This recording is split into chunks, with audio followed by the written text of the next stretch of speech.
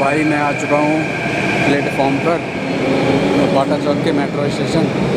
तो अपना मेट्रो का वेट कर रहा हूँ।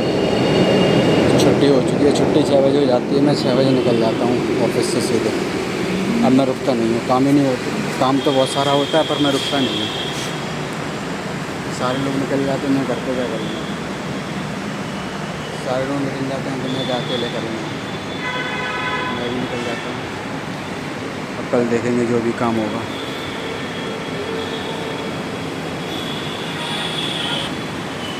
मेट्रो पता नहीं कितनी देर में आएगी। एक तो निकल गई है 8:20 वाली, 8:30 हो रहे हैं।